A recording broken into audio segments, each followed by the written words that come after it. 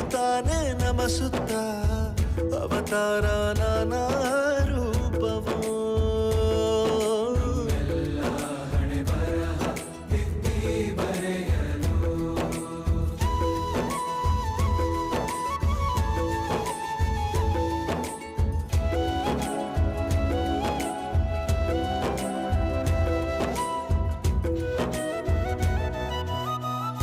ಬಾಳಲ್ಲಿ ಲೆಕ್ಕ ಎಷ್ಟು ಮುಖ್ಯ ಎಂಬುದ ಬೆರಳಲ್ಲೇ ತೋರಿ ಕಲಿಸಿದ ಗುರುಗಳೇ.